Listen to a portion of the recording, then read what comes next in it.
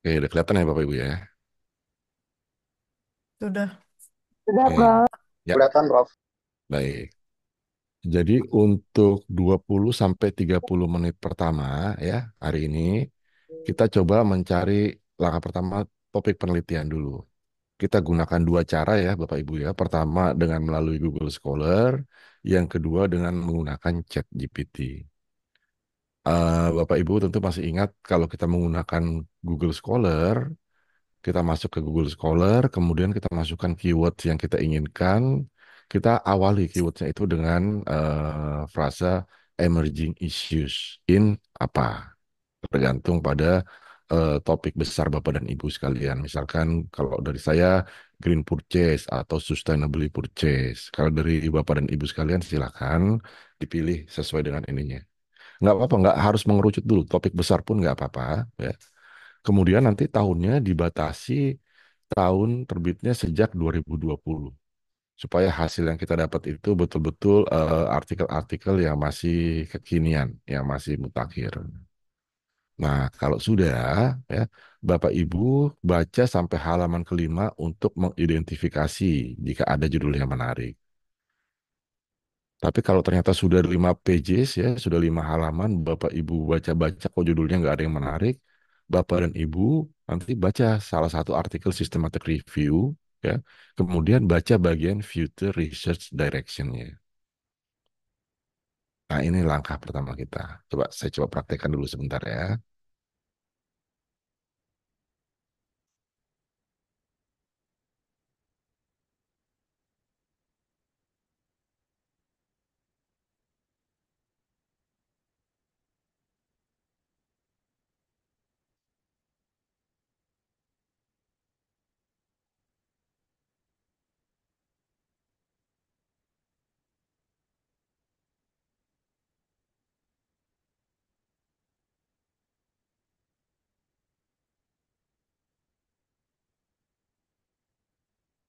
Oke, Bapak Ibu ya. Pertama kita masukkan emerging issues dengan di apa bidang apa, misalkan human resource management atau bidang apa terserah. Saya masukkan di sini misalkan yang tadi saya tulis ya, green purchase behavior.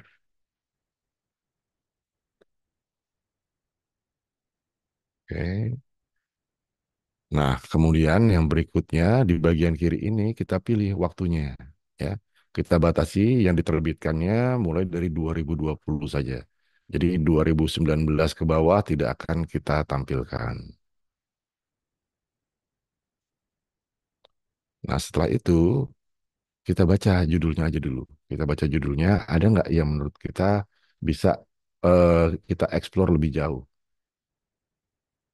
Nah, cara mencarinya, coba lihat ada nggak variabel-variabel atau tema yang kelihatannya ini bisa kita bahas. Kalau dari sini misalkan green purchase behavior, ini bicara socio-demographic variables. Nah, ini kan sebuah variabel yang bisa kita gunakan, ya. Kalau misalkan Bapak Ibu membahas ini, nanti berarti pakai yang ini. Tapi kita lihat dulu ke bawah, ada lagi nggak yang lebih menarik? Oke. Nah, yang ini ada price, ada produk, ada lifestyle. Oke, kita lihat lagi ke bawah.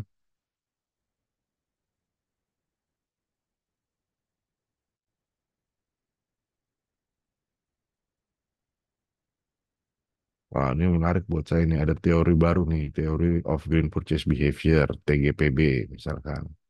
Nanti bisa saya explore. Ini knowledge dan attitude, ya, bisa saya explore. Nah, ini baru halaman satu, Bapak Ibu, ya. Nanti kita cari lagi sampai 5 halaman. Halaman keduanya kita lihat ada atau enggak. Nah, ini terkaitnya value sama trust.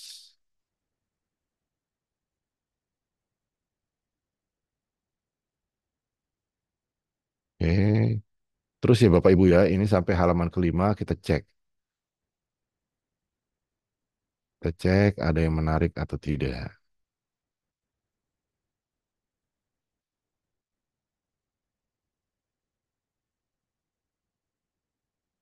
Nah, nanti kalau misalkan setelah sampai halaman kelima tidak ada yang menarik juga buat kita, maka kita masuk ke step yang berikutnya. Kita baca artikel yang bentuknya systematic review.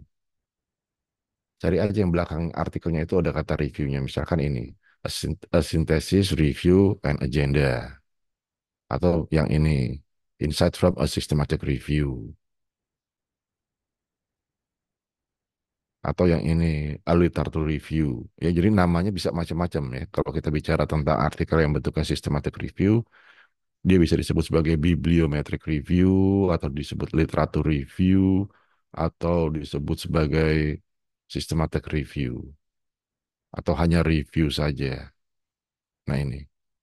Ini kita lihat salah satu. Misalkan saya mau lihat yang ini. Kita buka aja filenya.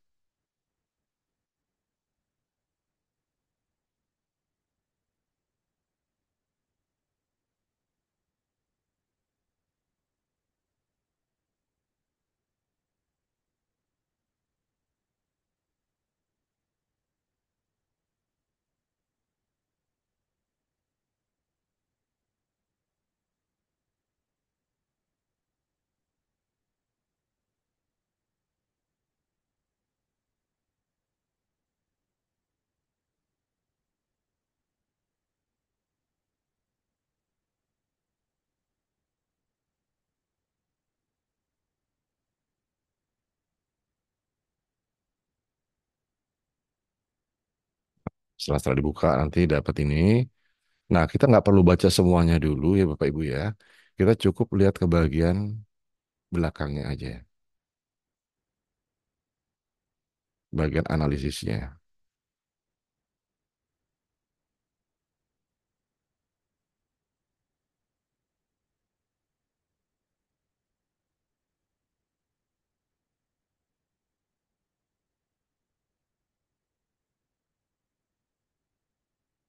Nah, kalau di artikel ini ya, Bapak Ibu, pembahasannya yang pertama si penulis membahas tentang teori-teori yang banyak digunakan. Jadi bisa kita lihat consumer theory, ada theory of plan behavior, ada model of value attitude behavior, ada value norm belief theory, dan yang lain-lain. Ada integrated model. Nah, ini yang disarankan oleh si penulis adalah melakukan integrated model seperti ini. Nah, dari sini kita nanti bisa mengambil beberapa variabel untuk kita jadikan keyword topik baru kita untuk lebih memperdalam. Bisa kita masukkan kata normatif prosesnya dan habit, atau bisa kita masukkan kata personal normsnya dan situational influences dan seterusnya. Nah, atau bisa juga kita gunakan kata ini yang nanti sebagai subtopik kita untuk kita telusuri lebih jauh.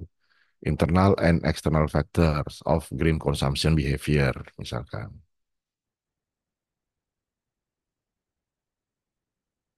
Nah, itu ya Bapak Ibu ya, kalau kita mau mencari di systematic review, langsung aja masuk ke bagian result atau discussion-nya.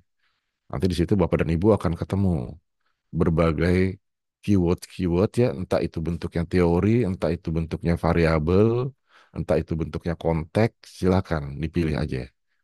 Nah, tips dari saya ketika kita akan memilih, pilih dua atau tiga. Jadi misalkan yang tadi saya pilih dua kan, internal and eksternal. Nah, ini kan dua nih.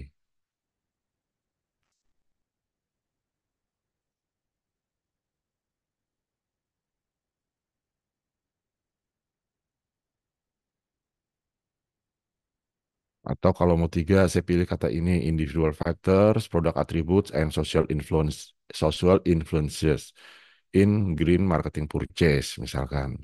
Seperti itu.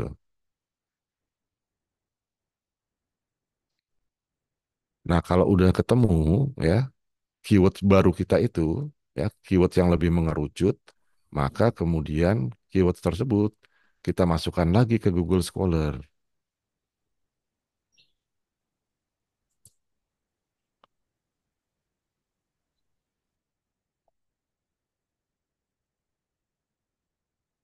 Kita masukkan lagi ke Google Scholar, ganti ininya. Emerging issues-nya tetap, tapi kita ganti ininya. Internal and external factor of green purchase.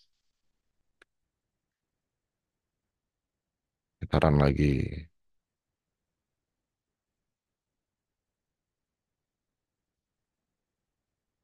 Nah, kita telusuri lagi sampai 5 halaman. Ada nggak yang lebih sempit lagi ininya? Nah, misalkan ini ada green self concept sama identity. Nah, kalau ini mau saya jadikan sebagai topik yang lebih mengerucut, kata green self concept dan identity saya masukkan lagi ke sini.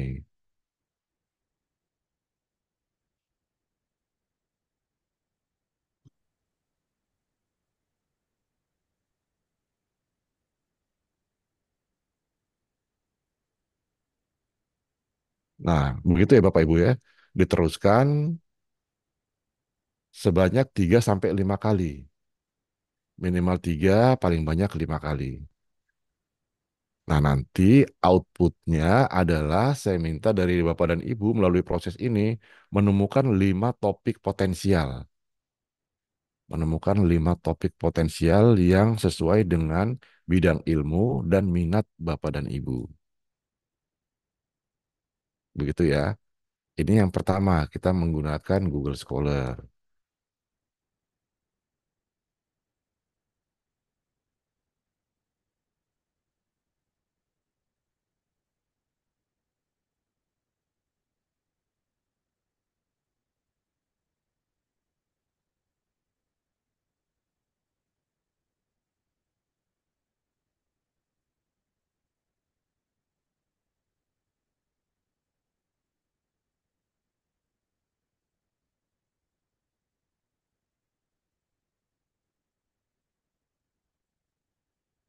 Yang berikutnya, kita gunakan ChatGPT ya sebagai alternatif kita. Kita masukkan prompt ya di bagian sini. Kita tuliskan aja misalkan topik penelitian saya adalah apa? Green purchase behavior. Behavior. Oke. Nah, kemudian kita buatkan pertanyaan, apa bidang spesifik untuk topik ini? Tanda tanya. Atau kita tuliskan promptnya, sebutkan 5 bidang spesifik untuk topik ini. Bisa juga begitu, ya. Jadi promptnya bisa macam-macam, tapi intinya kita ingin menggali untuk topik besar green purchase behavior, itu yang lebih spesifik yang bisa dibahas adalah topik tentang apa.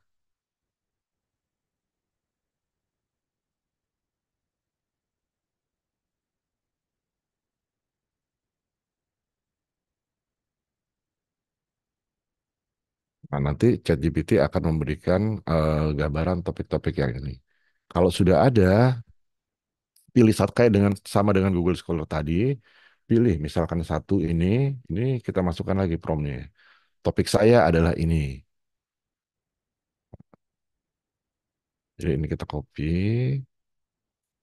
saya masukkan ke sini. Nah, kata green purchase behavior-nya misalkan saya ganti dengan ini karena saya anggap lebih sempit. Ya.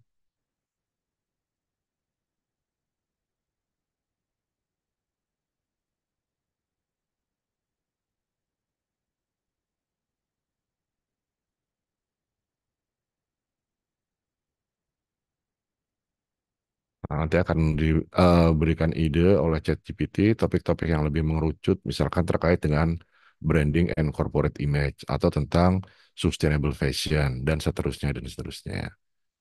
Nah, dengan cara ChatGPT ini juga outputnya nanti saya minta Bapak dan Ibu mengidentifikasi 5 topik potensial. Nah, jadi dengan demikian nanti hasil akhirnya Bapak dan Ibu akan punya 10 topik potensial ya. 5 diperoleh dari Google Scholar, 5 diperoleh dari ChatGPT. Nanti kita combine. Nah, gitu ya Bapak Ibu ya. Gimana Bapak Ibu bisa dipahami ya? Oke, kalau bisa monggo silakan 20 sampai 30 menit ya dipraktekkan apa yang baru saja saya demonstrasikan tadi. Baik, Prof. Terima kasih. Oke, sama-sama Bu Risa. Ya, Prof. Oke, Prof, izin bertanya, Prof. monggo. Ini kesempatan baik ini. Eh, Ah, jadi saya gini, Prof. Waktu kemarin masuk di UNJ itu kan sudah apa namanya? Sudah ada kayak proposal disertasi gitu ya. mm-mm, Nah, itu kan. Nah, topik yang saya ambil memang berbasis dari experience saya 20 tahun kerja, Pak. Jadi tidak mm-mm, tidak based on dengan kajian-kajian jurnal yang sudah ada gitu loh. Jadi memang mm-mm, karena saya bergelut di ada yang sempat di bagian policy kebijakan pemerintahan, juga ada yang di bagian bisnis, tapi intinya memang berkaitan dengan industri, Pak. Nah, mm-mm, kan saya melihat fenomena di Indonesia yang memang untuk salah satu cara untuk menjadi negara yang memiliki kemandirian ekonomi dan mm-mm, apa namanya istilahnya dan yang ujungnya nanti akan membawa ke kemakmuran negara itu salah satunya adalah berhasil membentuk sebuah industrialisasi yang berdaya saing tinggi, Pak Prof. mm-mm, Nah, kebetulan kemarin tema yang saya submit adalah memang berkenaan dengan industrialisasi yang berdaya saing tinggi, yang memang untuk sebagai solusi kemandirian ekonomi suatu bangsa dalam rangka mencapai suatu kemakmuran negara gitu kan. mm-mm, Ini kan juga eh, pergeseran dari istilahnya supremasi Barat ya, supremasi mm-mm, Barat ke negara-negara Asia yang emerging seperti China, Jepang, sama Korea Selatan. Nah, ini menjadi topik yang di dalam dunia kemarin saya bekerja itu bagaimana tiga negara Asia ya, China, Jepang, sama Korea Selatan tuh leading dalam sebuah industrialisasi karena mereka memiliki produk berteknologi tinggi gitu kan. mm-mm, Nah, ini di Indonesia memang selama ini industrialisasinya itu bergantung kepada apa tuh namanya sebenarnya pendapatan devisa ya, itu bergantung mm-mm, kepada eh, tambang yang sifatnya masih bukan hilirisasi ya, masih masih raw material ya. mm-mm, Kemudian juga industri yang berkembang pun juga industri yang notabene kualitas produksi yang rendah seperti kayak tekstil gitu kan. Jadi mm-mm, kita belum mampu membuat suatu teknologi yang berdaya tinggi seperti dan banyak yang masih impor. Dan juga mm-mm, salah satu hal yang memprihatinkan kita di negara agraris saja seperti gula sama beras itu juga impor. Nah ini mm-mm, waktu saya masih bekerja itu salah satu yang saya amati adalah karena kita tidak melakukan industrialisasi di bidang pangan. Sementara waktu saya pernah studi ke apa itu benchmark ke Jepang itu bahkan Jepang yang punya apa itu punya teknologi tinggi produknya itu mereka melakukan satu industrialisasi pangan. mm-mm. Hanya kayak beras, buah dan apa buah-buahan di Jepang, beras-beras di Jepang tuh jauh lebih enak daripada yang di Indonesia gitu. Dan memang secara practically di market pun juga harganya beras Jepang sama beras Indonesia itu lebih mahal daripada beras Jepang. Jadi eh, nah itu saya nanti prosesnya gimana ya Prof ya? Nanti kan apa namanya? Ini kemarin kan proposal kan sudah saya submit tuh proposal disertasi tuh Mm-mm. dengan apa itu namanya relatif lengkap ya. Ada Mm-mm. teorinya, ada metode risetnya, sama referensinya gitu. Nah ini juga nanti eh, batasannya sampai kemana? Nah itu kira-kira metode penelitian seperti apa Prof? Mohon arahan. Terima kasih. Oke. Jadi kalau misalkan ini Pak saya Pak Bisron ya, Iya Pak Pak. Bisron, Pak Bisron katanya sudah punya proposal lengkap. Oke, saya pikir nggak ada masalah, ini tetap kita lakukan. Artinya, pertama ini bisa sebagai bahan untuk memperkaya proposal yang sudah Bapak buat, begitu ya, Pak Bisron, monitor. Iya Pak. Siap. Oke, untuk memperkaya. Kedua, ini juga bisa Bapak gunakan untuk sebagai pembanding. Apakah topik yang Bapak pilih tersebut itu secara kemutakhiran memang masih mutakhir. Saya nggak baca, saya belum baca ya proposal Pak Bisron seperti apa, tapi saya yakin baguslah. Nah, intinya gini, Pak Bisron pilih aja misalkan, tadi Pak Bisron bicarakan hal-hal yang menurut saya sih masih global ya, bicara competitive advantage di industri. Itu kan sesuatu yang sifatnya masih global. Nah, dari Iya. situ bisa aja dimasukkan sebagai keywords di Google Scholar. Misalkan emerging issues in industry competitive advantage. Atau kalau Pak Bisron udah mau spesifik bicaranya pangan, tambahkan emerging issues in emerging issues competitive advantage in food industry. Misalkan kayak gitu. Nanti telusuri lagi. Nah, siapa tahu dari proses yang Bapak lakukan seperti ini, Bapak menemukan ada variabel-variabel yang ternyata itu lebih relevan, itu lebih kekinian, yang belum masuk di dalam model yang sudah Bapak punya di proposal Bapak, gitu loh.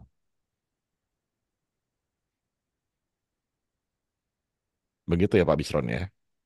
Oke, Bro. Cuman secara secara nanti berarti nanti dalam saya mengembangkan landasan teorinya itu tetap apa tuh garis besarnya nanti menggunakan saya juga akan menggunakan misalnya kayak analisa SWOT, kemudian teorinya Michael Porter competitive advantage, kemudian juga saya akan menggunakan teorinya Gary Hamel Prahalat core competence gitu ya. Nanti saya juga akan melihat nasional nasional core kompetensi Indonesia gitu kan, national interest account-nya seperti apa, national core kompetensinya seperti apa.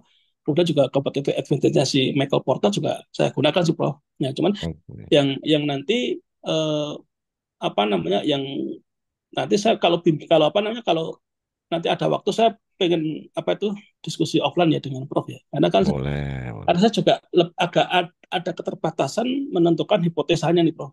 Nah, Apakah memang hipotesanya nanti akan cenderung ke deduktif apa induktif gitu ya. mm-mm. Itu sih, Prof. Enaknya Oke. enaknya nanti kalau kayak gini pakai deduktif apa induktif ya, Prof? Kalau kita nguji hipotesis, kita pakai deduktif biasanya ya, Pak Oh, Bisron ya. gitu. Terima kasih, Bro. Oke. Baik, ada lagi Bapak Ibu yang ingin ditanyakan sebelum dimulai? Atau sambil proses aja ya, silakan Bapak Ibu lakukan. Nanti kalau di tengah perjalanan ada yang ingin ditanyakan, monggo. Baik, siap Prof. Oke.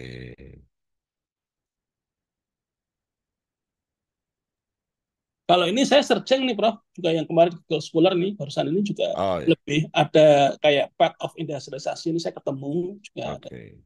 path of industrialization and overview. Kemudian juga ada juga lebih melihat pada ada chat ini juga ada yang saya lihat industrial policy in Asia ya.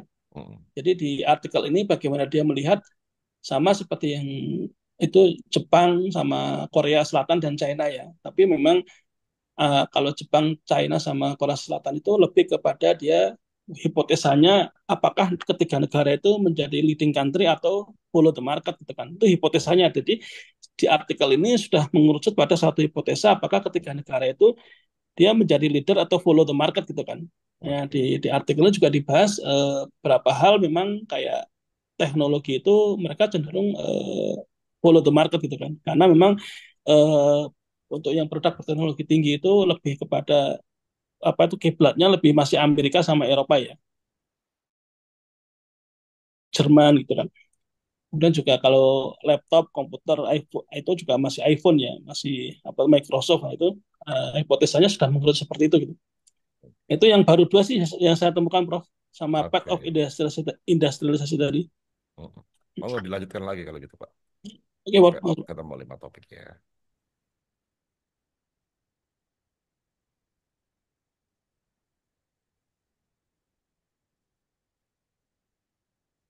Prof, Ya, mohon Pak bertanya. Bisri silakan. Eh, jadi mungkin sama dengan kemarin waktu Udah. ujian saringan masukan menulis proposal, tapi ini kan ada beberapa pertanyaannya. Mungkin lanjut yang minggu lalu yang saya tanyakan tentang digital maturity model. Nah ini Mm-mm. kan saya kemarin itu digital maturity model terhadap tata kelola dan kualitas pelayanan gitu. Mm-mm. Nah, ini kan saya mau mengarahkan lebih ke keuangan lah gitu. Karena saya pikir kayaknya setelah banyak saya baca atau itu tata kelola ini memang ya sebenarnya sih menarik gitu karena saya kan uh, pengennya itu kajiannya itu kan ke koperasi, Prof. Karena Mm-mm. saya berkecimpung di koperasi itu ya inilah udah belasan tahun gitu. Dan ini Mm-mm. apa namanya yang bidang yang saya kuasai lah gitu. Nah, cuman eh, apa namanya di sisi secara teorinya gitu di tata kelolanya memang saya agak agak kurang begitu dan memang juga nantinya saya pengennya ngambil konsentrasi itu di keuangan. Nah, cuma pertanyaannya gini, kalau misalkan di penelitian itu ada variabel-variabel mix antara misalnya kalau tata kelola kan mungkin lebih ke strategik atau ke apa namanya SDM gitu. Terus saya mau juga masukkan di situ ke kinerja koperasinya dari sisi keuangan gitu, efisiensi, cost dan biaya dan kualitas pelayanan itu kan ke lebih ke pemasaran gitu. Itu kalau model kayak gitu gimana, Bro? Biasanya kalau masuknya ke modelnya campur-campur gitu variabelnya Pak Bisri ya. Hmm. Itu jarang sih saya lihat ya. Hmm. Saya belum pernah lihat ya. Oh, Jadi belum. kalau misalkan ini difokuskan aja kalau Pak Bisri ke keuangan, pilih aja variabelnya yang keuangan. Nah, itu nanti akan bisa kelihatan kalau Pak Bisri lakukan yang tadi kita lakukan ini. Yang saya coba, saya minta Bapak untuk coba. Jadi mungkin variabel-variabel yang sekarang ini di benak Pak Bisri ada dan bentuknya adalah variabel pemasaran misalnya. Itu Hmm. mungkin aja nanti bisa tergantikan oleh variabel lain yang juga keuangan setelah Bapak melakukan ini. Karena sampai sekarang sih saya masih belum pernah lihat ya. Hmm. Kalau yang campuran-campuran kayak gitu. Oke, siap.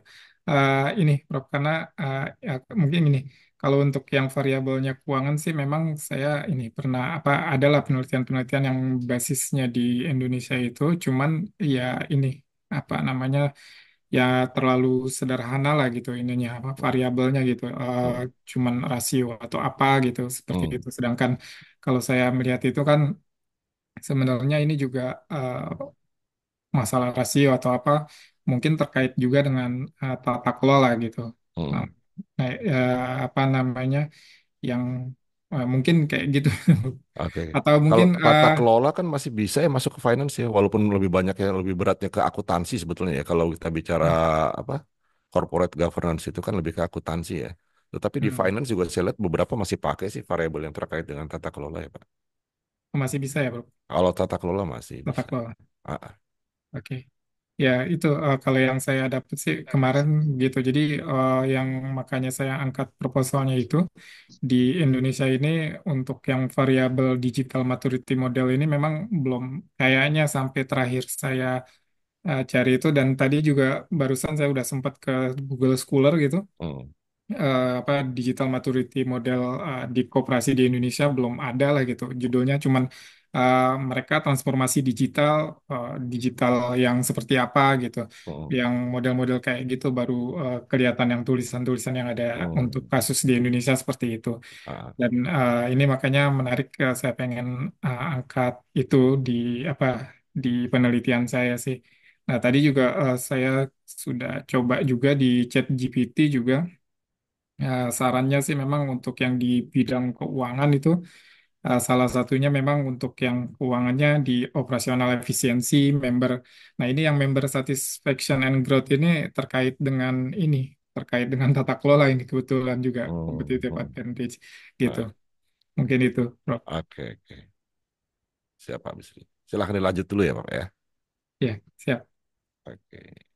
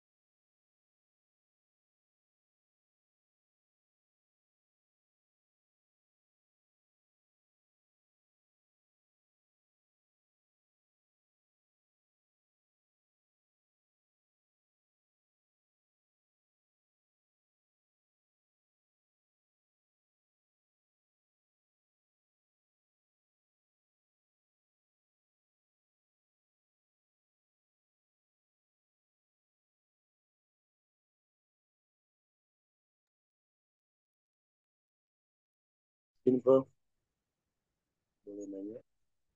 Silakan Pak Lubis. Iya. Jadi tadi saya mengikuti kalau kita diminta untuk cari 5 topik. Nah, untuk 5 topik itu contoh saya misalkan pakai stock market nih untuk energi isu. Lalu di situ kan banyak eh, subtopik, geopolitika risk, kemudian ketergantungan komoditas terhadap stock market, kemudian Halo? oh, kurang jelas ya? Iya, Keras, hilang-hilang. Pak. Pak Iman kurang keras suaranya. Coba seperti waktu Imam sholat Isya itu yang keras suaranya. Iya, kalau sekarang gimana ya? Udah, Jelas udah, ya? Nah, udah awal bulan Pak Iman, jadi harus lebih semangat Pak. ini udah kayak suaranya udah kayak once ini, kenceng. Baik, kalau ini jelas, Prof. Nah, Jelas, jelas, jelas Pak Iman. Oke, baik. Jadi untuk 5 topik itu maksudnya apakah kita mencari emerging issue untuk topiknya lima macam gitu. Karena kalau saya lihat kalau di stock market contoh, kalau saya emerging issue lalu keluarlah asymmetric volatilitas. Terus kalau Mm-mm. saya udah ketemu itu saya cari lagi ke bawah lagi, ke dalamnya lagi, Telusuri lagi ke dalam Pak, sampai lebih kecil. sampai ke Tiga lima kali tahap sampai lima bawah. kali. Kalau Oh kalau baik. 3 kali Bapak telusuri ke dalam itu dianggap udah spesifik banget, cukup berhenti sampai di situ. Tapi kalau dia Oke. sudah 3 kali Bapak telusuri, ternyata dia masih lebar, dalemin lagi. Oh baik. Nah itu Nah, untuk 5 topik itu apakah kita mengganti topik yang awalnya stock market jadi kemana atau bagaimana, Bro? ya seperti itu Pak. Jadi awalnya misalkan tadi emerging issues in financial sector, kan besarnya gitu. Kemudian Iya. Bapak ketemu tadi apa topiknya? Asymmetric volatilitas emerging market. Oke. Nah, kemudian masukin itu emerging Iya. issues in asymmetric. Asymmetric volatility. Nanti kalau Oh, udah itu ketemu ada lagi yang lebih spesifik, masukin lagi emerging issues in apa. oh baik. Berarti lima Kalau tahap tiga ke bawah kali ya? udah dapat ini, nah itu jadi satu, gitu. Satu. Kemudian untuk yang kedua, cari topik yang lain atau cari subtopik yang Ah, lain? nah, yang kedua balik lagi ke awal emerging issues in financial sector. Nah, lihat lagi di luar yang tadi polarity itu ada nggak topik lain yang menarik Bapak? Oh siap, Telusuri siap. lagi, gitu. Oh, berarti 5 topik dengan kita dalami sampai subtopik 5 Iya, kedalaman. betul, Oh baik, baik. betul, kayak gitu, betul. Oke, baik. Makasih, Prof. Oke.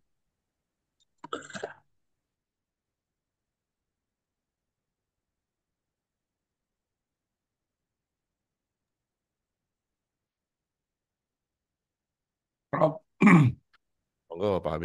Pak, pagi Prof. Pagi Ya, Pak B. saya coba otak-atik yang coba Prof bahas tadi. Ah, Tapi saya coba menggunakan ChatGPT. Ya. ah, Saya coba ambil kata kuncinya commitment organization. Nah, di mm-mm, situ saya sesuai dengan yang arahan Prof tadi, topik apa yang spesifik, muncul yang ada beberapa memang, tapi saya lihat ada beberapa memang sudah banyak, dan ada beberapa yang sesuatu yang ya mungkin menurut saya belum pernah saya lihat gitu. Nah, ya, saya coba itu. Nah, itu ah, muncul strategi retensi dan pengembangan karyawan. Nah, saya coba lagi telusuri ya, mm, strategi retensi dan pengembangan karyawan muncul inovasi dalam human resources. mm, Nah, saya telusuri lagi muncul lagi skill based talent and yang saya ambil skill based talent dan green human resources. mm, Walaupun di tahap ketiga ya muncul juga inovasi dalam HR, terus adaptasi terhadap perubahan dan keterlibatan karyawan. Tapi yang dua ini belum, yang satu belum saya telusuri. Saya telusuri yang pertama inovasi dalam HR dan adaptasi dalam perubahan. Adaptasi dalam perubahan saya telusuri lagi munculnya mindset growth dan manajemen krisis. mm. Apa ini kurang spesifik? Diperdalam lagi Pak, kalau menurut saya Pak. Kalau mindset growth itu Ya, masih terlalu luas kalau mungkin menurut saya memang ya, kurang bisa spesifik. diperdalam. Ah, ah. Kalau yang pertama Ya, tadi malah lebih spesifik tuh yang bicara apa mindset talent, growth skill memang based masih talent. terlalu. Jadi skill based talent. Muncul lagi dari skill based Nah, itu talent, menurut saya udah reskilling dan lumayan. upskilling. Itu udah Kenapa Pak? lumayan Rob? lumayan cukup lumayan cukup spesifik kalau itu sebagai sebuah subtopik. Ya, reskilling dan upskilling sih. Memang eh, biasanya kan pada masuk saya sih ke pelatihan sih bro, Prof. Hmm. Nah, kalau memang itu Saya sesuai, saya telusuri lebih jauh lagi mungkin. ya boleh diperdalam sampai 5 kali aja dulu, Pak. Kita latihan sampai 5 kali aja Ya, dulu. ya. Nanti kalau prakteknya ke depan untuk proposal beneran, boleh Bapak telusuri lebih dari 5 kali, nggak apa-apa. Tapi sekarang sampai 5 kali dulu aja.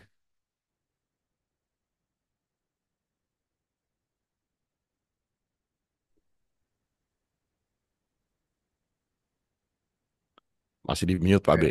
Oh ya ya sorry. Oke terima kasih Prof. Jadi Oke. nanti setelah 5 kali munculnya reskilling dan upskilling dan green Eh, human resources management. Maka sekarang kan lagi green, lagi apa ya? ya, Lagi tren ya, lagi termasuk tren. green Betul. economy itu kan lagi tren itu. Betul, betul. Nah, nah ini suara saya nice ya. Ya, kedengeran Pak, bagus. Oh ya. Jadi green economy itu kan lagi ngetren, tapi bisa nggak digabung dengan bidang human resources, Ada, bidang SDM? bisa Pak. Green Human Resources itu udah Bisa jadi green konsep yang economy lagi ya? diteliti juga. Ada konsep nanti kalau kita gali ke dalam itu ada green recruitment, ada green apa lagi, banyak. Ya, ya. Ah, ah. Oke, oke. Makasih, Prof. Oke, Pak B. Prof, izin Prof. Monggo, Bu Lisa. Saya masih jujur masih agak ngambang ya Prof. Maaf kalau saya bertanya. Gak apa-apa. Eh, eh, jadi kan ketika saya sudah searching di dalam Google Scholar Hmm. emerging topic in business incubator, Prof. Lalu Hmm. saya cari halaman-halamannya sampai dengan halaman kelima ya tadi kalau saya nggak Hmm. salah. Lalu Hmm. ketemulah salah satu hal yang menarik bagi saya itu di sebentar, Prof. Tadi udah saya buka. Nah, ini Business Incubator, a solution for startup challenge, quality look at business incubator support for for startups to overcome the liability of newness and sebentar ya, Prof. Ya. Eh, Ah, nah, kalau seandainya sudah saya ketemu itu, lalu apalagi, Prof, kata kunci yang akan saya apa of newness and smallness itu apalagi, Prof, kata kunci yang harus saya masukkan? Itu dua aja bisa. Masukkan dua Eh, itu. Newness and smallness in oh, business incubator gitu. oke, Emerging issues in newness and smallness in business incubator. Ibu masukin begitu nanti. oke, baik. Setelah itu saya masukkan apa Cari lagi, lagi. Prof? Saya Ah, cari ah, lagi sebentar. ah, ah. Dari Mana yang newness aja ya, Prof. kenapa? Dari newness and smallness aja ya, Prof. Saya Bisa masukin. dipakai itu. Newness and smallness in business incubator. Saya coba.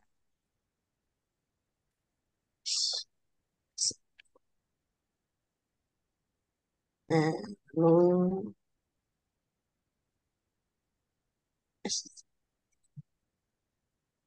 nah, ketika saya cari yang Yunus ini, enggak ada lagi, Prof.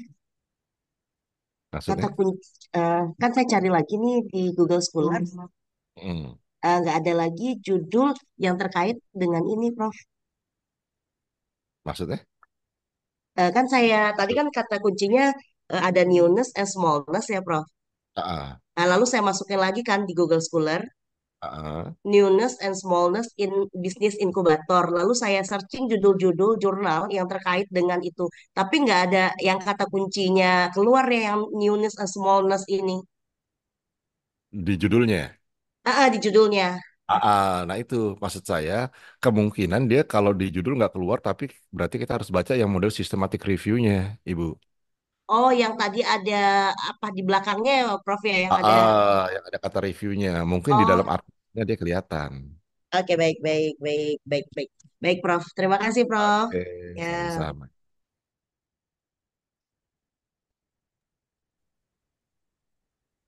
Bapak Ibu nanti kalau udah dapat tolong di ini ya di copy paste di slide PPT.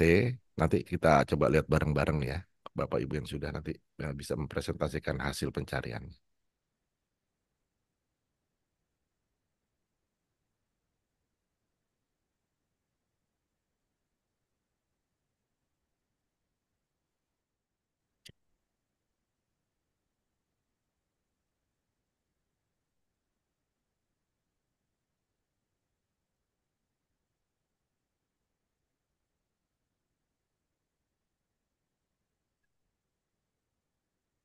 Bentar Bapak Ibu ya.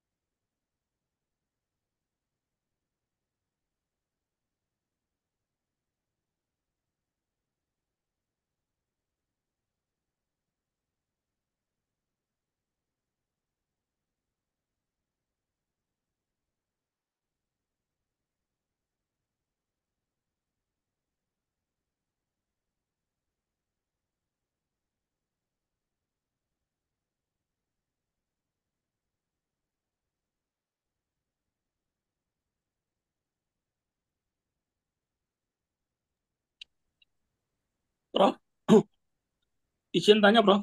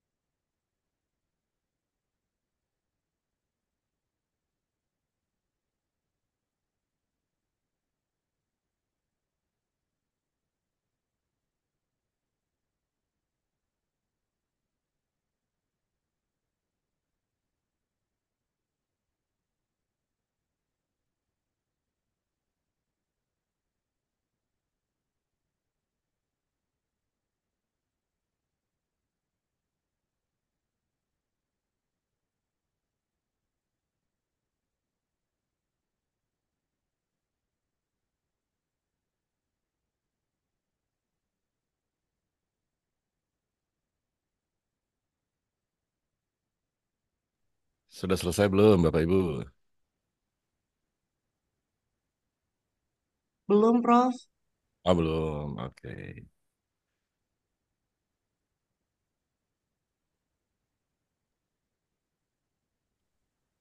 Prof, nanya lagi, Prof.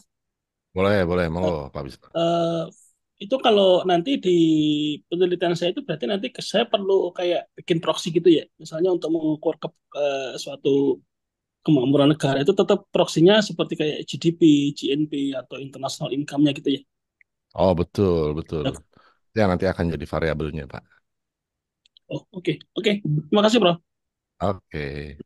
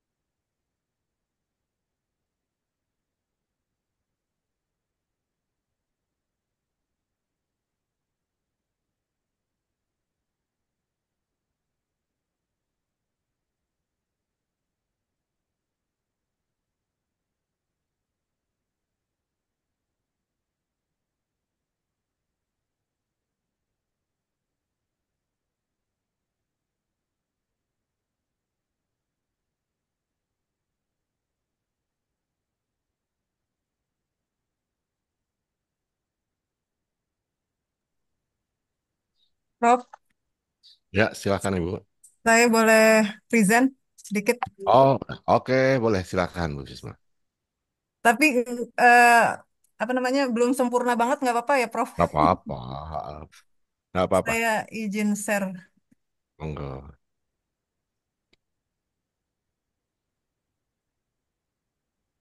Apakah sudah kelihatan teman-teman, Ya, Prof? sudah terlihat. Banget sebenarnya, Prof.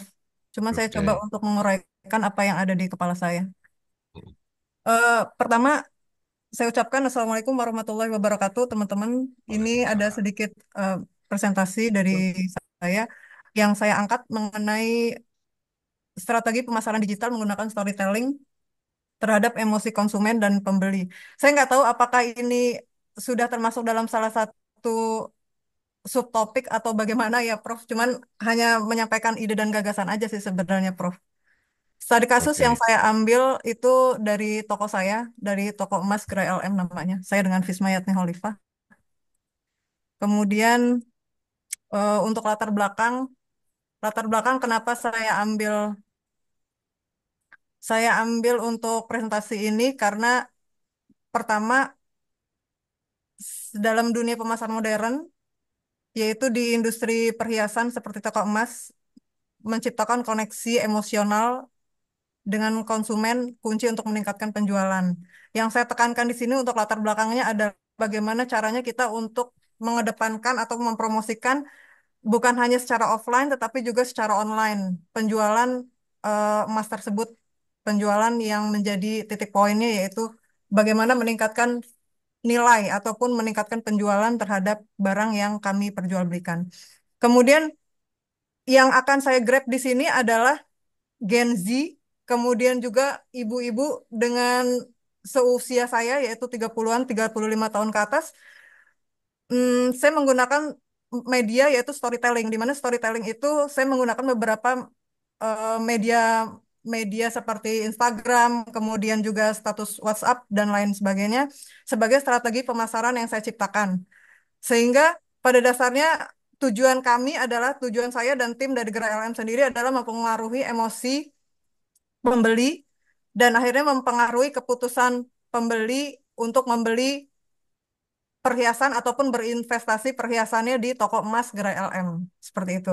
Kemudian untuk penelitian penelitian ini bertujuan mengkaji secara teoritis dan empiris bagaimana saat ini storytelling tersebut dalam pemasaran digital dapat mempengaruhi emosi konsumen dalam membeli. Jadi pada dasarnya itu bukan hanya untuk program membeli secara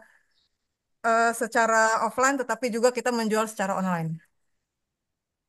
Kemudian untuk teori pemasaran, Prof, jujur aja saya sebenarnya untuk teori-teori pemasaran digital ini masih masih minim sekali sih, Prof. Jadi saya hanya mengambil sampel-sampelnya aja, yaitu teori storytelling dalam pemasaran, kemudian teori mengedepankan emosi konsumen, dan juga teori terhadap perilaku konsumen ataupun teori perilaku pembeli. Selanjutnya, untuk rumusan masalah yang saya ambil, bagaimana strategi pemasaran digital menggunakan storytelling dapat membangkitkan emosi konsumen. Lalu yang kedua, apa hubungan antara emosi yang dihasilkan oleh storytelling dan keputusan pembeli konsum pokok. Dan yang ketiga yaitu elemen storytelling yang paling efektif, yang mana yang dapat menarik perhatian konsumen di industri perhiasan. Saya rasa demikian, Prof, untuk penjelasan saya. Mohon maaf kalau misalkan masih kurang tepat, Prof, tapi ini adalah apa yang saya utarakan di kepala. Mohon pencerahannya, Prof. Demikian, terima kasih, teman-teman. Assalamualaikum warahmatullahi wabarakatuh. Waalaikumsalam warahmatullahi wabarakatuh. Oke, terima kasih Bu Fisma ya untuk presentasinya. Baik, jadi Bu Fisma ini sudah membuat sampai ke ini ya, membuat outline latar belakang dan seterusnya begitu ya. Ini bagus ya, bagus Bu Fisma. Cuma untuk hari ini mungkin kita belum sampai ke sana ya. Untuk hari ini sebetulnya yang kita exercise, yang kita latih itu adalah menemukan misalkan, ini kan Bu Fisma sudah menemukan topik storytelling terhadap emosi konsumen dan pembelian begitu ya. Nah, maksud saya sebetulnya yang coba kita drill di sini adalah gimana caranya ibu bisa sampai menemukan topik ini gitu loh. Dengan Hmm. menggunakan Google Scholar dan dengan menggunakan ChatGPT. Jadi baru sampai situ dulu aja ibu kita. Ini Nanti sebenarnya saya untuk tadi menyusun outline LBM segala macam kita akan bahas di pertemuan-pertemuan yang berikutnya gitu.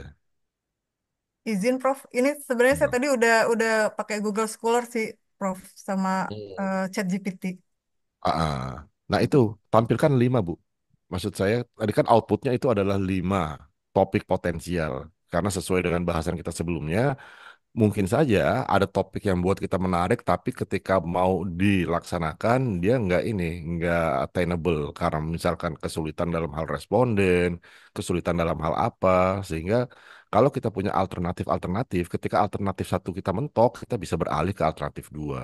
Dua mentok, kita bisa beralih ke alternatif tiga, seperti itu. Oh, baik, Prof. Oke, Ya, itu ya Bu Susma ya. Oke, ya, terima baik, kasih. Prof. Terima kasih.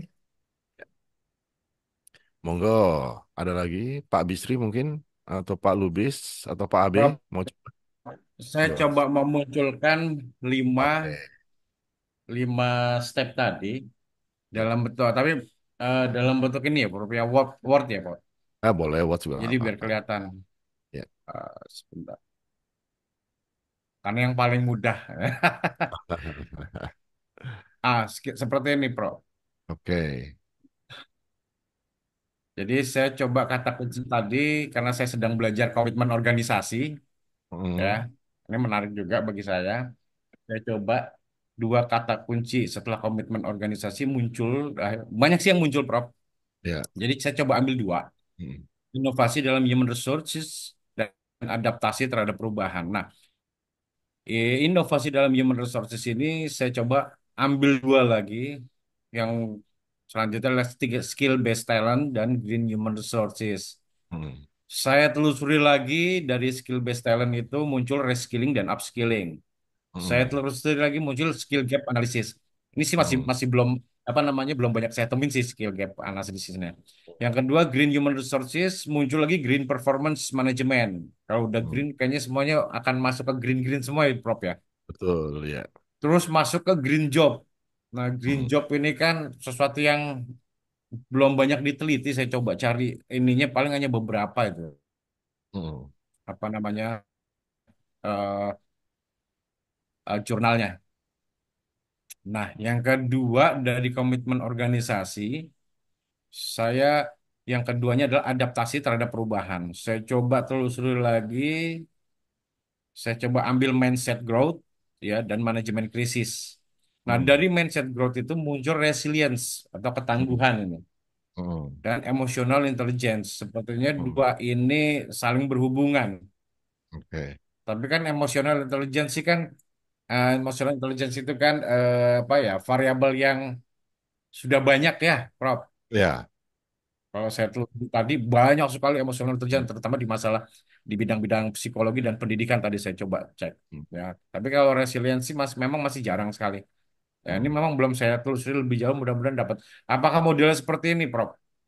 Jadi ada 5 step, ya, 1, 2, 3, 4, 5. Oke, 1, 2, 3, 4, 5. Bisa sih ditelusuri lebih jauh sih. Betul, betul ya bisa.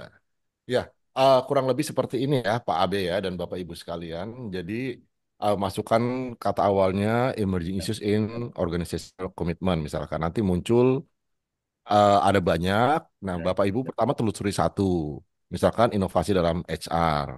Nanti keluar misalkan banyak banget lagi keyword, ya, pilih lagi. Di sini pilih dua, kemudian telusuri lagi sampai 5 kali, nanti ketemu poin yang menurut Bapak dan Ibu menarik. Nah, tadi sebetulnya saya mintanya ini ada 5 nih Pak Abe nih. Satu, inovasi dalam HR. Dua, adaptasi terhadap perubahan. Tiga apa, empat apa, lima apa. Tapi nggak apa-apa. ya, Karena waktunya mungkin nggak cukup, kita batasi aja. Dua juga ya, nggak apa-apa ya. ya, Gini. Nah, ini Bapak Ibu memperlihatkan bagaimana step yang kita lakukan untuk menelusuri topik yang lebih spesifik. Nah, karena ini latihan ya, tadi saya batasi sampai 5 aja dulu. Lima kali penelusuran, 5 kali eksplorasi. Nah, dalam perjalanannya mungkin aja Bapak Ibu menemukan 5 kali itu ternyata nggak cukup seperti yang dialami oleh Pak Abe. Kalau kita bicara green job, mungkin ini masih bisa lagi kita explore lagi kan, Ya. kita masukkan. Nah, nanti akan kelihatan lebih dalamnya green job itu terkaitnya dengan apa. Nah, ujung-ujungnya nanti misalkan kita bicara subtopik kita, ya, kita menggunakan 3 keyword. Misalkan pengaruh skill gap analysis dan green job terhadap komitmen organisasi, kayak begitu. Atau pengaruh resil- apa nih resilience dan emotional intelligence terhadap komitmen organisasi. Nah, itu subtopik kita. Jadi mengerucut seperti itu dan ya patokannya ketika Intelligence. kita ketika kita sudah bicara subtopik, ini kita udah harus bicara hal yang sifatnya konkret. Komitmen organisasi itu udah cukup konkret ya sebagai sebuah variabel. Emotional intelligence juga udah cukup konkret. Tapi skill gap analysis sama green job mungkin belum cukup konkret sehingga nanti mungkin Pak Abe perlu mengeksplor lagi supaya dapat ketemu kata konkretnya apa, keyword konkretnya apa. Begitu. Oke, makasih ya Pak Abe. Ini sudah bagus saya pikir ya. Tinggal nanti di exercise lagi. Kalau yang chat GPT-nya udah dilakukan juga Pak Abe belum? Ini yang melalui via ChatGPT karena saya yakin kawan-kawan melalui Google Scholar gitu kan. Jadi saya lompat biar nanti yang jawab Oh, dari oke. Google Scholar gitu. Oke, oke, oke, oke. Jadi ini yang via chat GPT ya. Ya. Satu lagi, Prof. Pada saat kita sesuatu yang sifatnya memang detail ya, dan memang belum banyak, Hmm, itu kan kita butuh referensi penelitian. hmm, Artinya kan memang belum banyak. Itu kita sebagai referensinya modelnya gimana atau bagaimana? Karena penelitian kan belum banyak. Karena mindset saya yang sudah banyak referensinya. Kita mesti citasi hmm, pun juga mungkin variabelnya segudang. Tapi kalau sesuatu yang baru itu kan hmm. belum ada referensi. Mungkin sangat-sangat sedikit sekali. Itu gimana, Prof? Oke, pertama kita nggak usah takut ya kalau bicara referensi. Sebaru apapun ya, topik subtopik yang kita pilih, saya yakin pasti untuk nyusun bab 2 itu nggak akan kekurangan lah. Nggak akan kekurangan, tetap akan ada ya. Pertama, kenapa? Pertama kan karena tadi kita batasi tahun terbitnya itu tahun 2020 artikel yang kita cari di Google Scholar, ya kan. Kalau Ya. itu kita lepas, ya tahunnya kita lepas, mungkin aja di tahun-tahun sebelumnya sudah ada pembahasan tentang itu. Nah, itu yang pertama. Yang kedua, kita bisa pakai pendekatan proxy. Kalau misalkan memang ada variabel yang betul-betul baru yang belum ada, nah variabel itu kan pasti merupakan ini apa istilahnya turunan dari variabel sebelumnya. Nah, kita gunakan aja variabel sebelumnya atau variabel-variabel yang mirip.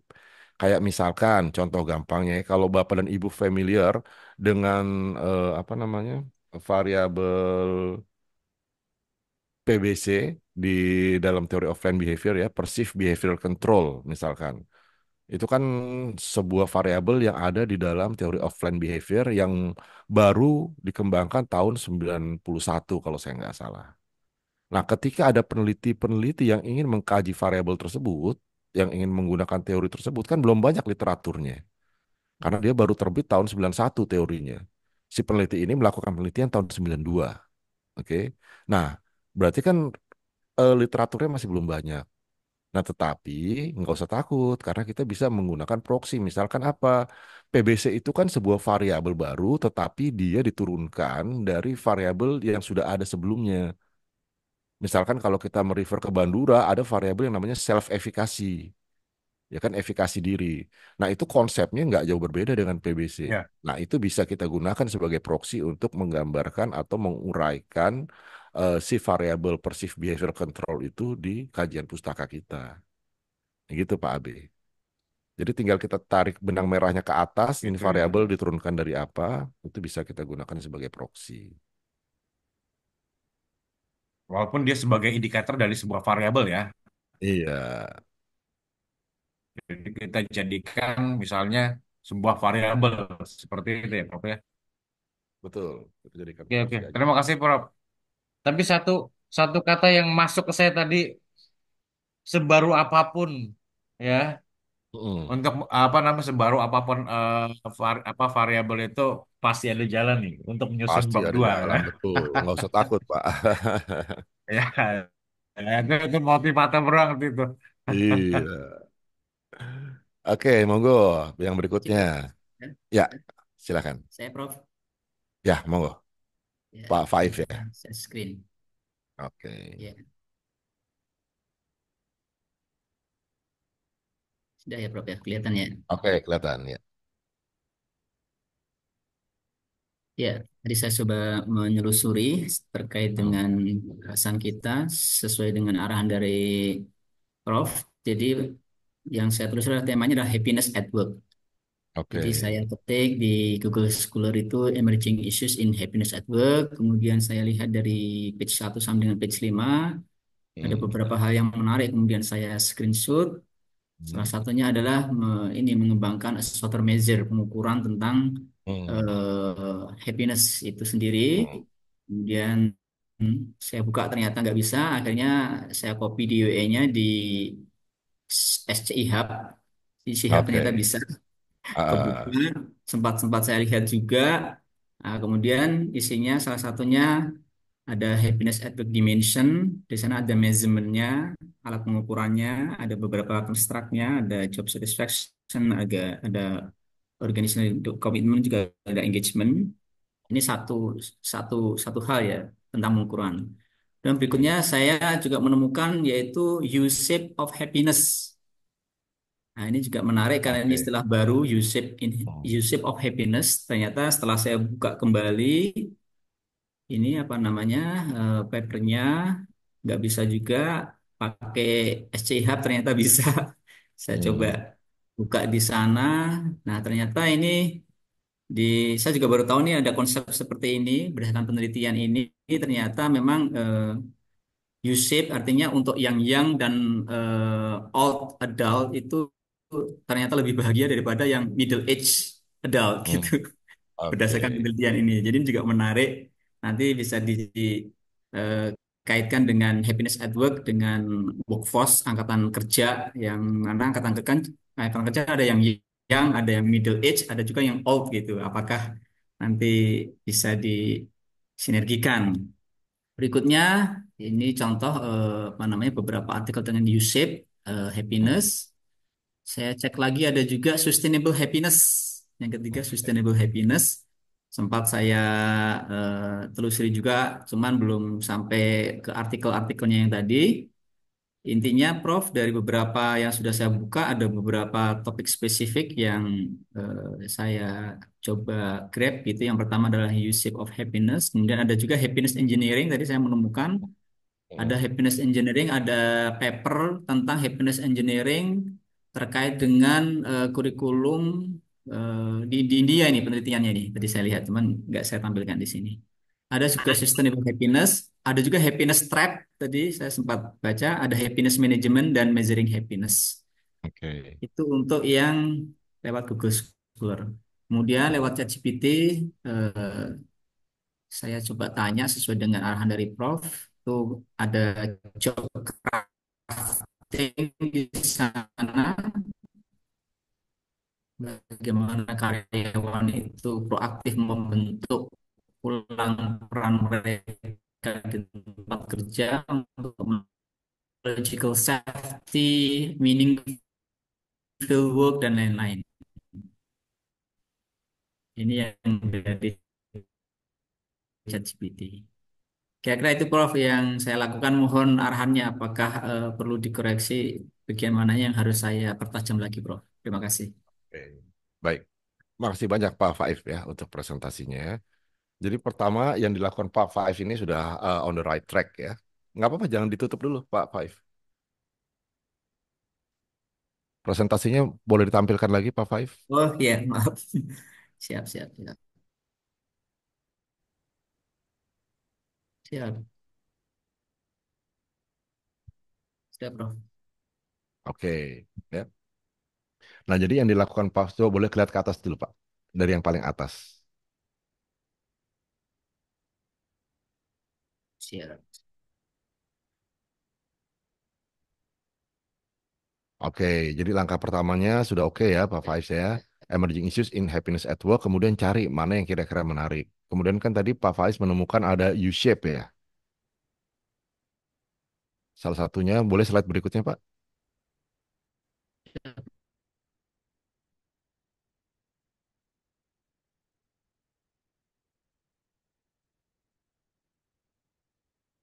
Pak Faiz, boleh yang slide berikutnya.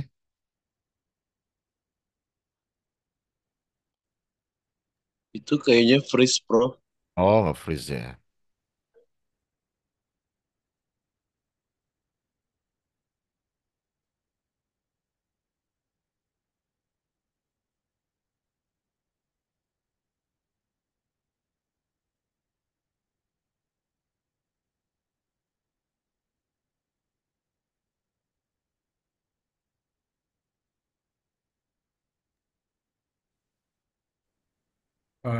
Prof mau tanya, Ya, mau nggak, mau nggak, Pak?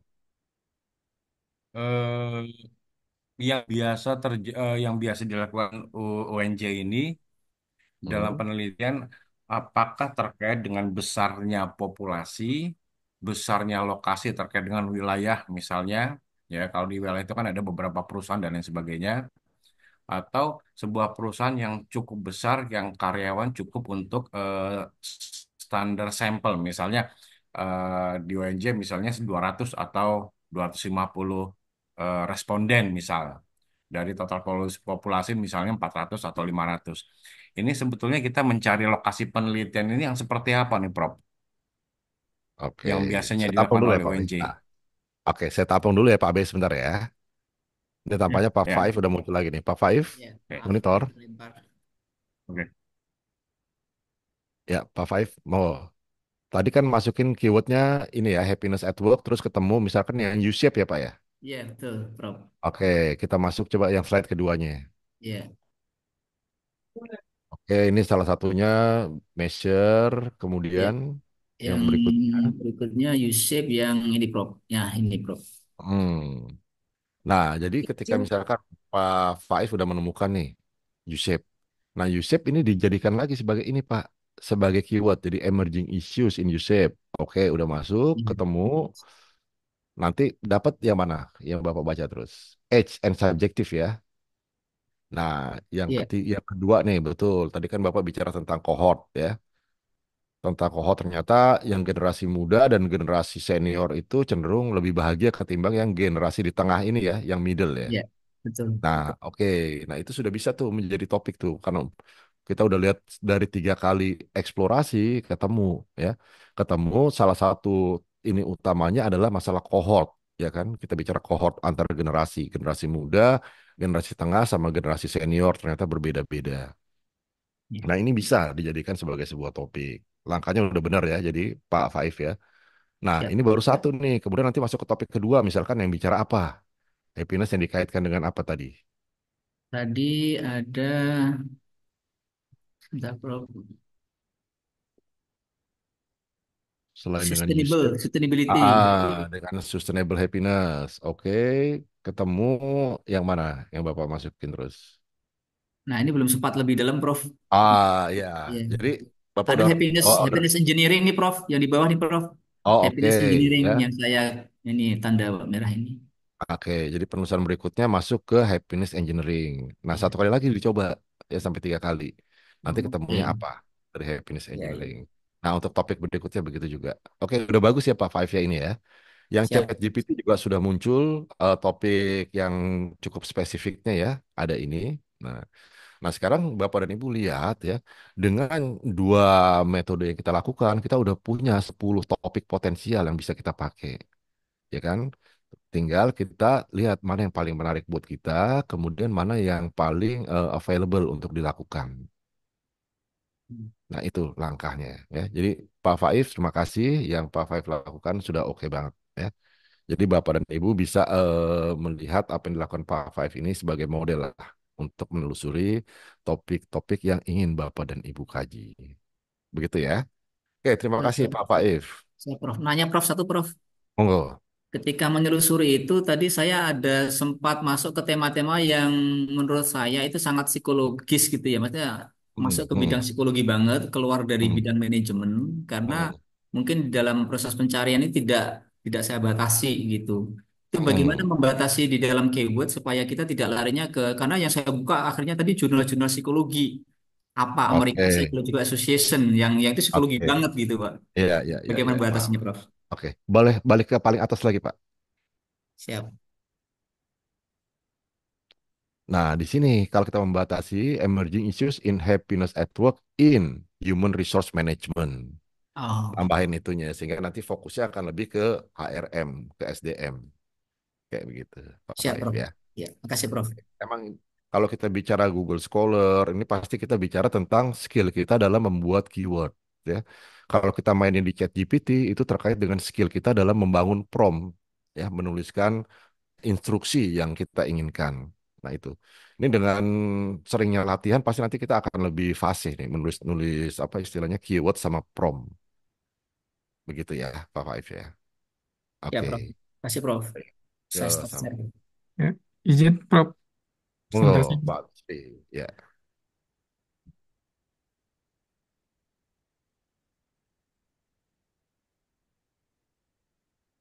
Ya, kalau saya ini jadi kebetulan karena sudah istilahnya sudah eh, mengarah ke subnya, jadi saya langsung ke topik yang saya pengen cari nih, Bro. Langsung aja nih, saya ke Digital Maturity Model in Cooperative Hmm, in Indonesia. Nah, ini ada oke. beberapa literatur yang sudah saya copy-copy di sini. Ya, mereka bahasannya nih kayak gini, Digital Transformation in Cooperative. Jadi proses transformasinya aja yang di apa di highlight gitu. Sedangkan Hmm, metode maturity modelnya ini belum belum apa oke. nggak pakai itu. Malah di luar negeri ini yang terbaru di Assessment of Digital Maturity. Jadi Hmm, model digital maturity-nya ini dia di assess lagi dia. Ini oke. iya, apa di sini malah dikatakan practitioner literature lacks empirical study validate Hmm, extend capability maturity model begitu. hmm, Nah, emang oke. nanti yang telah lalu sih mungkin ini yang istilahnya eh, calon model yang akan saya gunakan gitu, capability maturity model ini. Hmm, Nah, terus di sini juga digital, sorry, digital transformation. Jadi ketika saya masukkan keywordnya tadi digital maturity model, uh, dari halaman 1 sampai halaman 7 lah, saya buka hmm, ini kebanyakan di sini. Uh, hmm, tapi modelnya ya model penelitiannya model kuantitatif biasa, regresi biasa, kualitatif. oke. Nah, kayak gini konseptual model digital transformation-nya juga ini RDT for SMA yang inilah yang model-model lebih penggunaan ke tools apa namanya tools aplikasi begitu. Nah, kemudian mungkin saya loncat ke ChatGPT-nya. Ini saya Hmm, dispesifikan lagi hmm, maturity model in Indonesian cooperative and its impact on financial performance. Nah, ini oke. menarik banyak banget gitu apa Hmm, calon-calon variabelnya lah gitu yang hmm, dikasih oleh ChatGPT.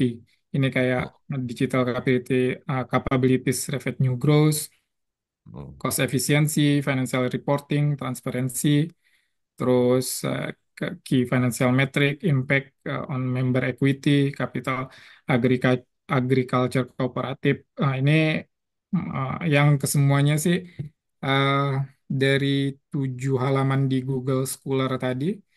hmm. Ini apa namanya ya inilah belum belum disentuh lah dan Ah, ingat saya juga di apa penelitian yang internasional juga kayaknya masih belum itu. Cuman ada satu ini Prof yang agak mungkin yang menjadi kendala ini saya belum bisa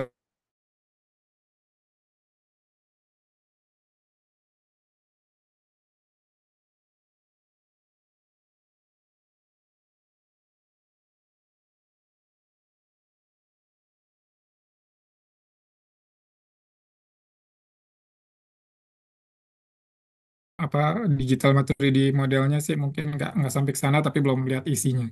Mungkin hmm. itu sih Prof yang apa yang ingin saya share hasil pencarian saya tadi. Oke, terima kasih Pak Bisri. Baik, jadi dari dua metode penelusuran yang Pak Bisri lakukan, yang Google Scholar kurang bisa memberikan hasil ya Pak ya. Iya, iya betul. Oke. Ah, tapi gini, Bapak dan Ibu jangan pesimis dulu kalau ketemu hasil seperti Pak Bisri, karena apa yang ditemukan oleh Pak Bisri, ya, ini mungkin nggak bisa kita pakai untuk mengeksplor topik penelitian kita yang kita mau, ya kan? Tetapi ini bisa dipakai untuk apa? Hmm. Untuk menjadi research gap. Jadi Bapak bisa bilang, Pak Bisri, bahwa Hmm. pembahasan atau eksplorasi tentang digital maturity itu masih belum banyak dilakukan. Yang banyak dilakukan sampai dengan saat ini adalah terkait dengan digital transformation, ternyata baru sampai situ. Terus Bapak tambahkan, misalkan penelitian yang dilakukan oleh Purbasari Itiol, dia Hmm. mengkaji tentang bla bla bla bla bla. Hmm. Selanjutnya penelitian yang dilakukan oleh si ini juga Hmm. bicara tentang digital transformation yang bla Hmm. bla bla bla bla, kayak gitu. Nah, jadi Hmm. ini bukan mubazir ya Pak Bisri ya. Ketika Siap. kita ketemu hasil kayak gini, oke lah mungkin dia nggak bisa sesuai dengan objektif kita untuk mencari topik, tetapi dia bisa kita pakai untuk membangun research gap kita. Bahwa Hmm. ternyata secara empirical itu masih kurang banget penelitian tentang digital maturity. Hmm. Gitu ya Pak Bisri ya. Nah, Prof mau nanya, misalkan gini, ini kan digital maturity kan sebagai salah satu variabel nih. Misalkan saya melakukan penelitian pendahuluan lah tentang saya neliti digital maturity-nya aja dulu nih terhadap Hmm, koperasi-koperasi. Nah, kemudian hmm, kan nanti akan ada hasilnya nih. Istilahnya hmm, yang beginner, intermediate, kemudian full gitu, full digital maturity. hmm, Nanti kan hmm, ada ranknya lah gitu. Ini hmm, koperasi-koperasi. Misalkan dari hmm. 50 atau 100 koperasi sudah ada ranknya. Nah, kemudian ketika pas disertasi ini, hasil rank penelitian ini saya istilahnya ceplokin aja lah gitu, masukkan menjadi variabel dalam disertasi itu apa bisa begitu atau gimana, Bro? Bisa. Bisa ya, Artinya Bro? variabel Bapak adalah digital maturity yang nanti pengukurannya pakai kategori kan. Misalkan 3 kategori. Eh, belum memakai, kemudian Hmm. yang tengahnya apa? Apa pembagiannya gimana? Intermediate, intermediate sama full. Intermediate sama high kayak gitu. Itu bisa Hmm. jadi sebagai pengukuran. Berarti Hmm. kan nanti variabel Bapak itu pengukurannya bukan pakai pengukuran skala rasio, bukan pakai pengukuran skala ordinal, tapi pakainya sorry, bukan pakai interval, tapi pakainya skala ordinal, 1, 2, 3 gitu kan. Satu low, Betul. 3 intermediate, bisa, itu bisa di regress. Hmm. Oke, mungkin itu aja, Bro. Terima kasih, Bro. Ya, oke, baik. Yang pakai ChatGPT tadi lebih ini ya, lebih kelihatan variabel-variabelnya, Pak ya. Iya, betul. Ini langsung Ya. ke Nah, ininya. ini yang bisa Hmm. dieksplor lagi mana yang lebih menarik buat Bapak. Oke, makasih Ya, Pak Sri. ya. Terima Ada kasih, lagi Prof. Bapak Ibu yang ingin sharing? Saya, Prof. Monggo, Mas Doni ya. Iya, Silakan, Mas. saya izin share screen ya, Pak.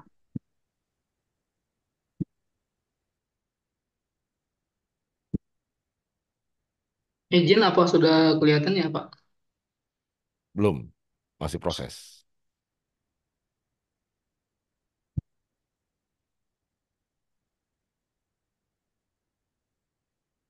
Oke, ya sudah terlihat, Mas. Ya, terima kasih Pak Ferry. Selamat pagi. Di sini saya udah langsung spesifik sih ke satu topik karena memang di riset tesis dan juga nanti disertasi juga pengen ambil di ini tourism revisit intention khususnya. Nah, di sini munculnya nanti langsung variabelnya gitu. Saya cari di Google Scholar yang 5 tahun terbaru gitu ya, sampai 5 kali proses. Itu ada yang tourist satisfaction, destination image, perceived value, temporal revisit intention, dan destination cognitive food image. Ini yang di Oke. Google Scholar. Hmm, Terus saya cek di ChatGPT dan masih menggunakan prompt engine yang sangat sederhana gitu ya. Saya minta saran gitu. hmm, Munculnya itu customer satisfaction, perceived value, wow ya, word of mouth, brand experience, dan brand loyalty gitu ya, Prof. Nah, di sini ada persamaannya, masih ada muncul satisfaction gitu. Tapi nanti ada yang pertama tadi ada turis, ini ada customer. Kemudian saya juga compile beberapa systematic review sekitar 8 gitu ya. Terus saya jadikan satu PDF, terus saya masukkan ke ChatGPT untuk hmm, sarannya gitu. Dari hmm, systematic review-nya, ChatGPT menawarkan 5 yang paling direkomendasikan yaitu customer satisfaction, ada satisfaction juga. Dari systematic review-nya ada emotional commitment, ada muncul perceived value lagi, ada social media engagement dan cultural factors. Oke. Kemudian selanjutnya saya cek di Gemini AI, sangat berbeda dengan ChatGPT, saya juga nggak paham. Cuma di sini di Gemini AI yang disarankan itu digital experience, sustainability initiative, customer experience, social proof, dan juga employee engagement. Kayaknya ini secara random ya Gemini AI-nya. Mm. Kemudian saya cek di Aruna AI, ada quality service, perceived value muncul lagi, customer experience, juga ada review and recommendation, dan emotional factors. Saya cek di top paper yang paling direkomendasikan di Skyspace, yang paling sering dibahas itu custom satisfaction, sudah muncul berkali-kali, aesthetic appeal, store Oke. atmosphere, motivation, dan perceived risk. Oke.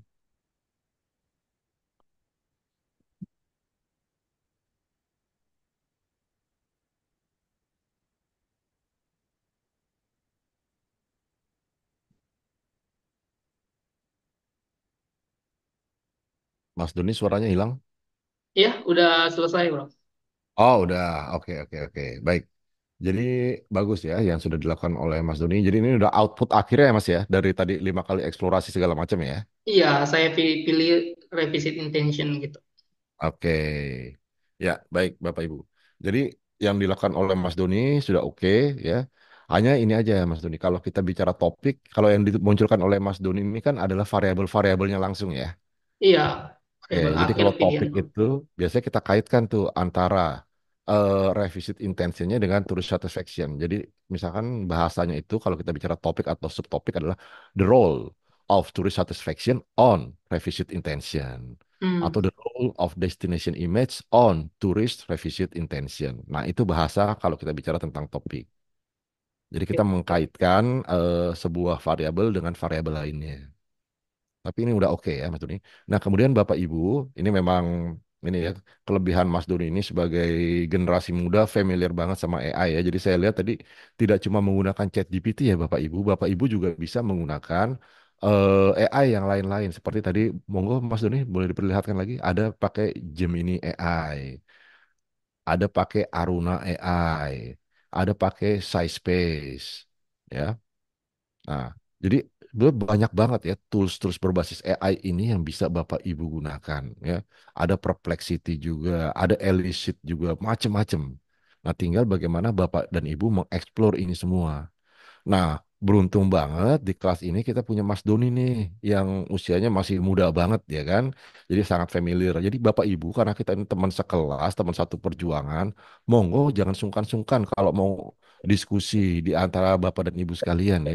Kalau misalkan Bu Rahma pengen tahu lebih jauh size space itu apa sih, bisa aja kontak Mas Doni atau Bu Fisma pengen tanya Aruna AI gimana sih cara pakainya, boleh tanya-tanya ya. Saya yakin Mas Doni nggak akan keberatan kok untuk menjelaskan kepada Bapak Ibu ya. Karena kita satu kelas punya tujuan yang sama, kalau bisa lulusnya bareng-bareng nanti. Bikin proposalnya bareng-bareng. Gitu ya. Siap, Prof. Besok Oke. belajar sama Mas Doni ah. Siap, Iya, belajar ya. perlu nih. Nanti mungkin kita bukakan sesi khusus ya Bapak Ibu ya. Sesi Oke. khusus Nah, untuk itu Mas Doni Prof, sebagai dosen tamu Aduh. nih. satu sesi. Satu sesi khusus buat Mas Doni. Boleh, Oke, boleh diskusi. panggungnya buat Mas Doni. Iya, benar. Karena iya, penggunaan teknologi itu kan biasanya lebih dekat ke generasi muda ya. Kalau kita-kita ini kan kadang-kadang, aduh, pakai satu aja udah kelibet-libet ya. Mas Doni ini justru makainya banyak banget tadi. Dan hasilnya bisa beda-beda, itu yang menarik Bapak Ibu. Jadi kita jadi lebih punya banyak pilihan gitu ya. Oke ya, itu Bapak Ibu ya. Jadi mungkin untuk contoh presentasi dari apa yang kita lakukan hari ini cukup sampai di sini ya Bapak Ibu ya. Nanti langkah berikutnya adalah menelusuri research gap. Jadi kalau udah punya topiknya, kita cari research gapnya apa nih dari topik yang kita punya. Begitu. Oke, nah itu kita akan bahas minggu depan. Tolong yang pekerjaan Bapak Ibu ini sekarang disimpan dan kalau emang masih perlu ditelusuri, telusuri lagi Bapak Ibu ya. Sehingga betul-betul matang nanti Bapak Ibu punya beberapa topik potensial yang bisa langsung dieksekusi. Begitu ya. Oke, sebelum saya tutup, saya ingin menjawab dulu tadi pertanyaan Pak Abe terkait dengan sampel ya. Di UNJ kayak apa sih gitu ya, Pak Abe? Oke, jadi sebetulnya kalau bicara tentang masalah penentuan jumlah sampel, itu nggak ada kaitannya dengan di UNJ ataupun di tempat lain ya, tapi lebih kepada utamanya pada tools analisis yang kita gunakan. Kalau nggak salah saya udah pernah bicara belum di kelas ini? Belum ya. Jadi gini, eh, berbagai teknik analisis itu kan punya apa istilahnya punya prasyarat dan punya asumsi yang berbeda-beda dan itu biasanya akan punya dampak terhadap jumlah sampel.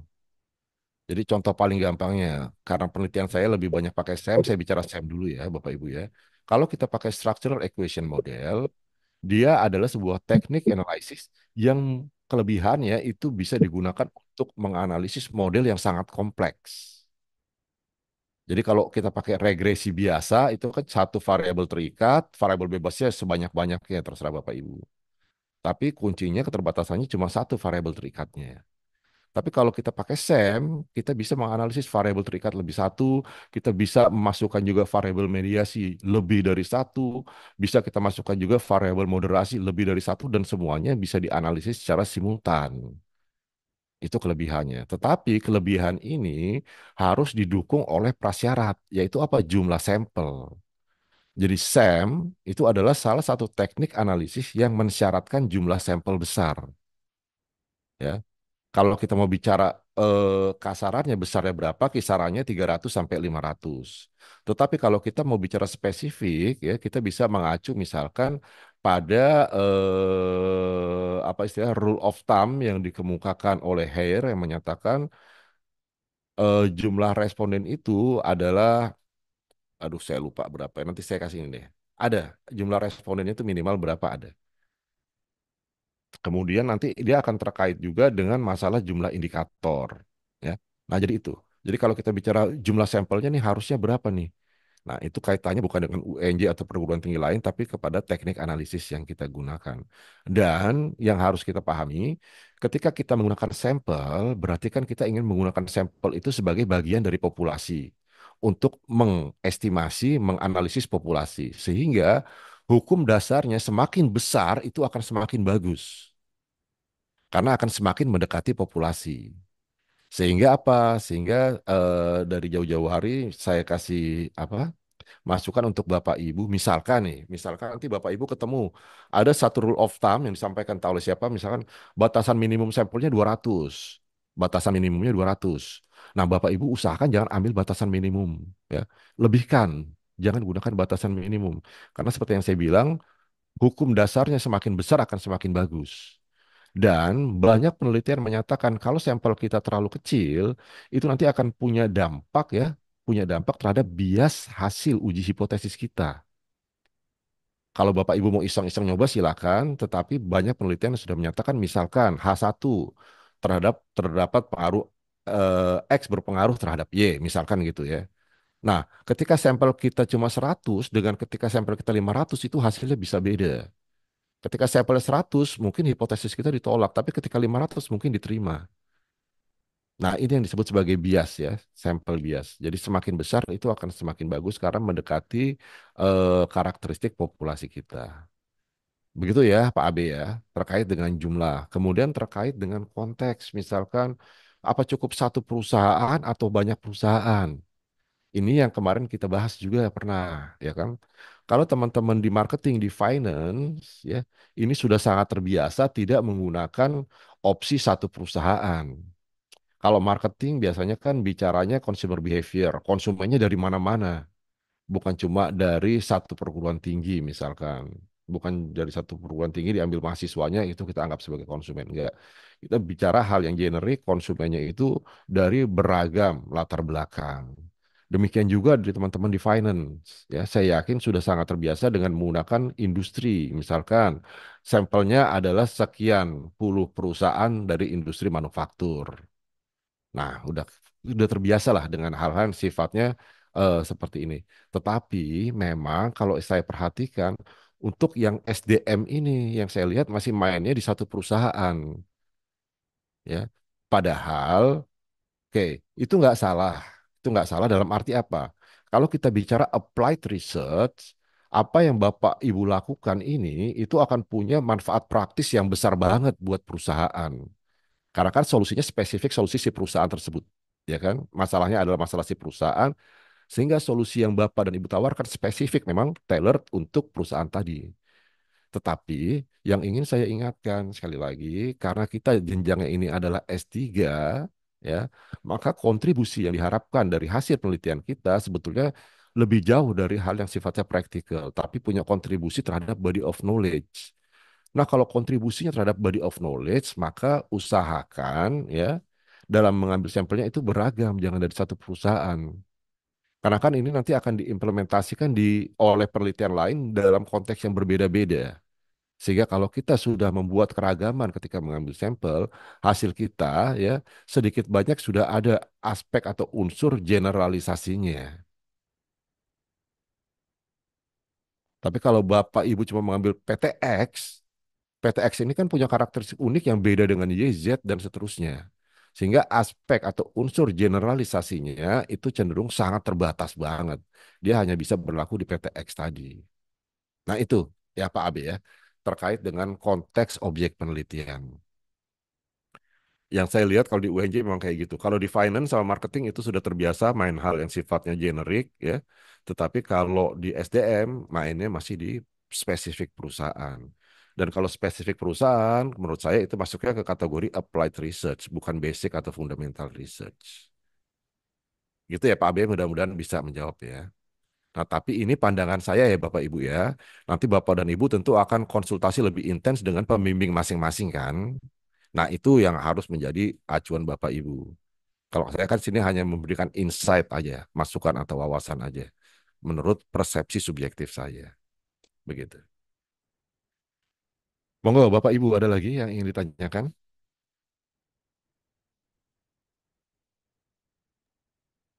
Prof, izin, saya Monggo. sudah buat eh, PPT untuk yang tadi saya cari.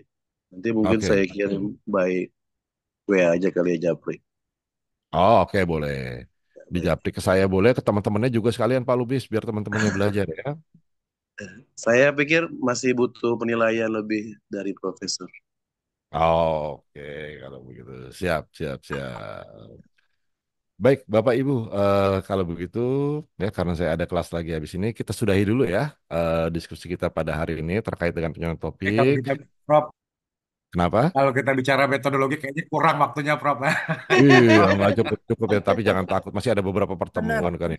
Mas Doni juga masih siap nih menjadi narasumber ya. Masya Allah. Eh, baik, mohon izin Prof, kita boleh foto dulu Prof.